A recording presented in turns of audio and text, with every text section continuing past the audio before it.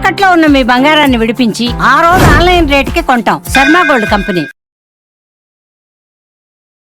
Suman TV ప్రేక్షకులందరికీ ఉగాది శుభాకాంక్షలు.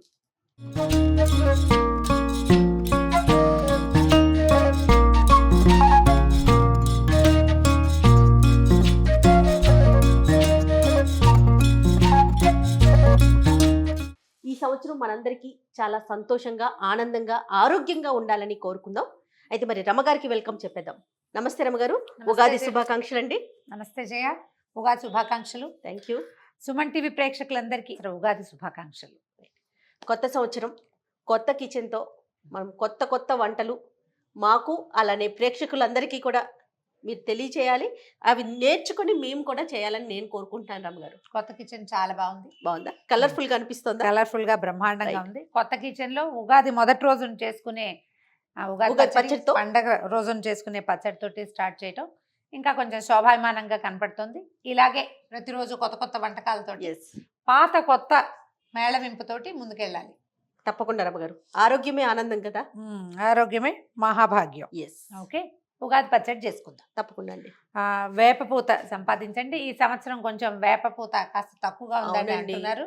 దానికి తోడు ఈ 2-3 రోజుల నుంచి పడిన వానలతోటి ఇంకా కొంచెం తక్కువగానే ఉండుంటుంది. ఇక్కడ మనకి తెలంగాణలో వర్షాలు పడినాయి, మిగతా ప్రదేశాల్లో అయితే బాగానే ఉండుండొచ్చేమో బహుశా. ఆంధ్ర ప్రాంతంలో కూడా పడ్డాయి. చాలా తక్కువ రమగారు. రైట్. ఉగాదికి వేపపూత చాలా ముఖ్యమైనది. మనం పండుగకి దాంతో పాటుగా కొంచెం ఏదైనా వేప చెట్లు ఉంటే వాటి కింద ఒక దుప్పటి కానీ ఒక చాప కానీ పరిస్తే పూత రాలుతుంది కదా, ఆ రాలిన పూతని కలెక్ట్ చేసి పక్కన పెట్టుకోండి. సంవత్సరం అంతా ప్రతి నెల ఒకసారి అంత వేయించుకుని తింటే చాలా మంచిది ఆరోగ్యానికి. తప్పకుండా. అయితే ఏం చేద్దాం, ఉగాది పచ్చడి చేసుకోవాలి కదా మనం. వేపూత నేను కొంచెం ఒలిచి పెట్టుకున్నాను జయ. ఓకే అండి. ఓకే, చక్కగా పువ్వు వరసలుగా అంటే రుచి వరసగా చేద్దాము. కాదు రమగారు, కాయలు ఏంది పెట్టారు కదా, పువ్వు అంతా పువ్వే ఒలిచి పెట్టుకున్నాను నేను.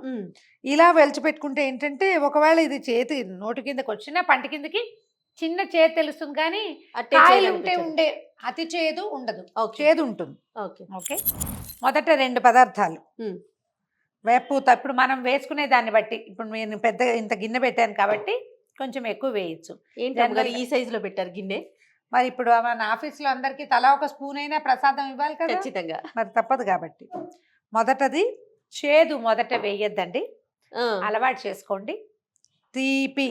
ఓకే, బెల్లం. బెల్లం శాస్త్రానికి కొంచెమే చేస్తే ఆ మాత్రం బెల్లం, ఇంత వేపూత అన్నీ కొంచెం కొంచెం. మనం కొంచెం గిన్నె చేసుకుంటాం కదా, అందుకని బెల్లము చేదు ముందు తీపితో మొదలు, తర్వాత చేదు. ఈ పువ్వు వేసేసేయండి. తర్వాత ఏం చేద్దామంటే ఉప్పు మాత్రం, ఉప్పు పట్టింది. ఉప్పు, కారం, చాకివనా మిరియాలు వేసుకుంటారు జయ కొన్ని ప్రాంతాల్లో. అవునండి, అలవాటుని బట్టి. పచ్చికారం వేసుకునే అలవాటు కూడా కొన్ని చోట్ల కనపడుతుంది. కారపొడి అంటే నేను ఏమనుకుంటానంటే కారపొడి నీటిలో వేస్తే గొట్టొస్తుందని, ఎందుకని ముందు నుంచి మాకు మిర్చి ఇది పచ్చిమిర్చి వేసుకునే అలవాటే.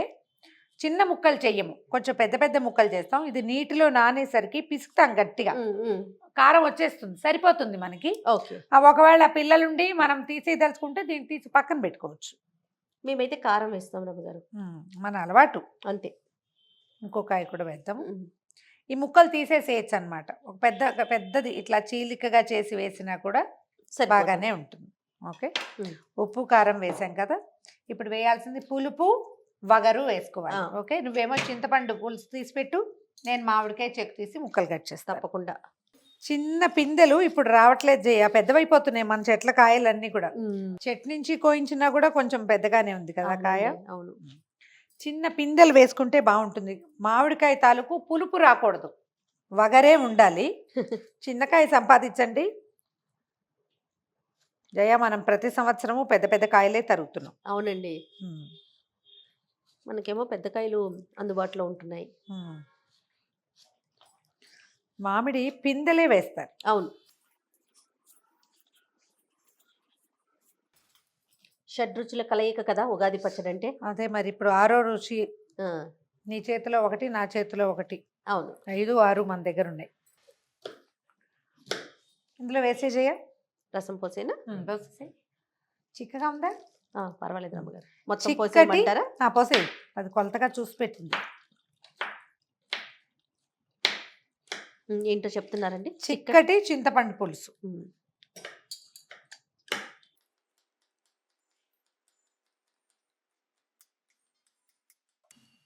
లేతగానే ఉంది కదా రమ్మగారు?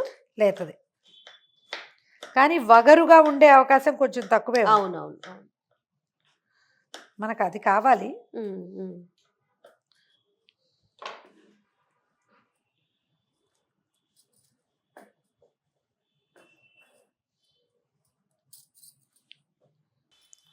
ఒకసారి మొత్తం కలిపేసి ఇది ఇప్పుడు చూడు, ఇది తీర్థానికి తీర్థం, ప్రసాదానికి ప్రసాదంగా ఉంది. అవును. ఒక్కొక్క ప్రాంతాల వారీగా ఇందులో పళ్ళ ముక్కలు వేసుకుంటారు, జామ పళ్ళ ముక్కలు, దానిమ్మ గింజలు, తర్వాత ఏమో పుట్నాల పప్పు వేసే పద్ధతులు కూడా కొంచెం కనిపిస్తుంది. వాళ్ళ అలవాటు. నేనైతే అలా వేయను. పుట్నాల పప్పు ఏ రుచికి సామ్యం లేదు. అది ఎందుకు వేయాలి మనం? ఇంకా అలవాటు అండి, అలవాటు. ప్రాంతాల వారీగా వేసుకుంటారు. అందుకని మనం ఏం చేద్దామంటే దీనికి బైండింగ్ కోసం ఒక 4-5 అరటిపళ్ళు వేయండి, రుచి బాగుంటుంది. మనం తీపేలాగా వేసుకున్నాం కదా బెల్లం, దాంతోపాటు ప్లస్ అన్నమాట అరటిపళ్ళు. వేసి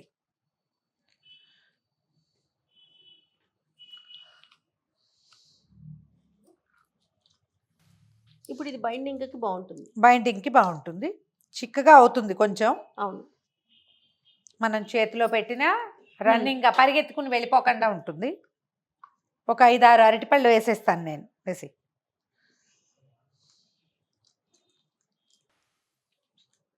మనం ప్రాంతాలని బట్టి, కాకపోతే బేసిక్ రుచులు 6 మాత్రం పడాలి కదా. అవును. ఉప్పు, పులుపు, తీపి, కారం, చేదు, వగరు. ఇంకొక కాయ కావాలండి, చాలా కావాలి. బెల్లం ముక్కలు, బెల్లం అంటున్నా, చెరుకు ముక్కలు కూడా చూసాను రమ్మగారు నేను. చెరుకు ముక్కలు కూడా వేసుకుంటారు తీపి కోసమే. కాకపోతే చెరుకు ముక్క వేస్తే ఏం చేస్తాం జయ, ఇప్పుడు ఇది ప్రసాదం కదా, అవును, చేతిలో పెడితే మనం నవిలి ఉమ్మేయాల్సి వస్తుంది. అవును, వేసుకుంటారు, వాళ్ళ పద్ధతి. అవును అవును. అయిపోయింది మన ఉగాది పచ్చడి, రెడీ అయిపోయింది, తయారైపోయింది. సింపులే. ఇది ఏం చేస్తామంటే దేవుడికి నైవేద్యం పెట్టే అలవాటు కొన్ని ప్రాంతాల్లో ఉంటుంది, కొన్ని ప్రాంతాల్లో ఉండదు. మన పచ్చడిని మొట్టమొదట పొద్దున్నే లేచి తల స్నానాలు చేశాక ఉగాది పచ్చడి చేసేసుకుని దేవుడి దగ్గర ఒక దీపం పెట్టి మొదట ఇది నైవేద్యం పెట్టి అందరికీ ఈ పచ్చడి ఇచ్చాక అప్పుడు మనం మిగిలిన నైవేద్యాలన్నీ వండుకుంటాం. పాయసం, పులిహోర ఏం చేసుకుంటామో స్వీట్లు గీట్లు చేసుకుంటాం. ఇది మొదట దేవుడి దగ్గర పెడితే ఈ షడ్రుచుల సమ్మేళనంగానే మన జీవితం ఈ సంవత్సరం అంతా కొనసాగాలని కోరుకుని మనస్ఫూర్తిగా ఒక నమస్కారం చేసుకోవటం. ఇంటిల్పాదికి తలా ఒక స్పూన్ చిన్నపిల్లలు వెనకాల పడి ఎలాగోలాగా అన్ని పదార్థాలు వెళ్ళేలాగా కొంచెం పెట్టేస్తే అయిపోతుంది. నేను అనుకుంటాను రమ్మగారు, పచ్చళ్ళలో చక్కగా ఎప్పుడు తీపినే ఉంచొచ్చు కదా, ఎందుకు చేదుని, ఉప్పుని, అలాగే వగర్ని కలుపుతారు అనుకుంటాను. కానీ అన్ని జీవితంలో చవి చూడాలి కదా. ఇప్పుడు చవి చూడాలి, చవి చూడొద్దు అంటే జీవితం మన మాట వింటుందా? నీకు వెలుగే ఇష్టం, సూర్యుడే కావాలి, ఉంటాడా? సాయంత్రం అయ్యేసరికి వెళ్ళిపోతాడు కదా. కాకపోతే వెళ్ళిపోయిన వాడు అక్కడే ఆగిపోడు కదా, మళ్ళీ వస్తాడు. రేపొద్దున ఎండ రావచ్చు, ఎండకి ఎండకి అడ్డంగా మబ్బు రావచ్చు, ఏదైనా జరగచ్చు. సడన్ గా వాన రావచ్చు, లేదా ఏదైనా ఇంకా రకరకాలు జరగచ్చు కదా. ఇప్పుడు రోజు ఒకే రకంగా ఉండదు, అలాగే జీవితం కూడా ఒకే రకంగా ఉండదు. ఇన్ని రుచుల సమ్మేళనంగానే ఉంటుంది. దీనికి అలవాటు పడండి. ప్రతి సీజను మారినప్పుడల్లా ఒక మార్పు వస్తూ ఉంటుంది. మనం తెలుసుకోవాలి దాన్ని. మనం ఆ గుర్తుకి కోసం అనే ఈ పదార్థం కదా తినిపించేది. బాగుంది జయ. అయిపోయిందండి రమ్మగారు. మన తెలుగు ప్రాంతాలైనా ఇంకా ఎక్కడైనా చేస్తారంటారా? ఉగాది పచ్చడి మాత్రం మందే కదండి. ఉగాది పచ్చడి మనమే చేసుకుంటాము. మిగిలిన ప్రాంతాల్లో అంతా వేరే రకాలు, అక్కడ పద్ధతులు వేరు. మన మరాఠీ వాళ్ళు చేసుకుంటారు. వాళ్ళ వాకిట్లో ఓ ఛత్రం ఎగరేసి తీపి చేసుకుని తింటారు, తీపి పంచుకుంటారు బాగా. అంటే ఇది మొదటి రోజు, ఈ రోజున బాగా జరిగితే సంవత్సరం అంతా బాగా జరుగుతుందన్న నమ్మకంతో. మనమేమనుకుంటామంటే జీవితం ఎట్లాగూ షడ్రుచుల సమ్మేళనం, ఆ సమ్మేళనాన్ని మొదటి రోజునే మనం ఆస్వాదించాలని మనం భావిస్తాం. అది రెడీ. ఏదైనా ఒక బౌల్లో వేద్దామా?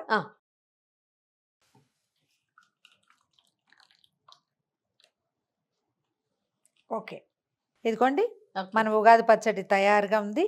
దీన్ని చేద్దాం, దేవుడి దగ్గర పెట్టేద్దాం, అంతే. ఓకే. ఇంకా తర్వాత మనం పెట్టుకునే నైవేద్యాలు కానీ అవన్నీ చేసుకుంటాం, అంతే కదా రమ్మగారు? అంతే. మనం ఏం చేయదలుచుకుంటే అది చేయటము, తర్వాత సంగతి తర్వాత. మధ్యాహ్న భోజనం సంగతి మళ్ళీ ఆలోచిద్దాం.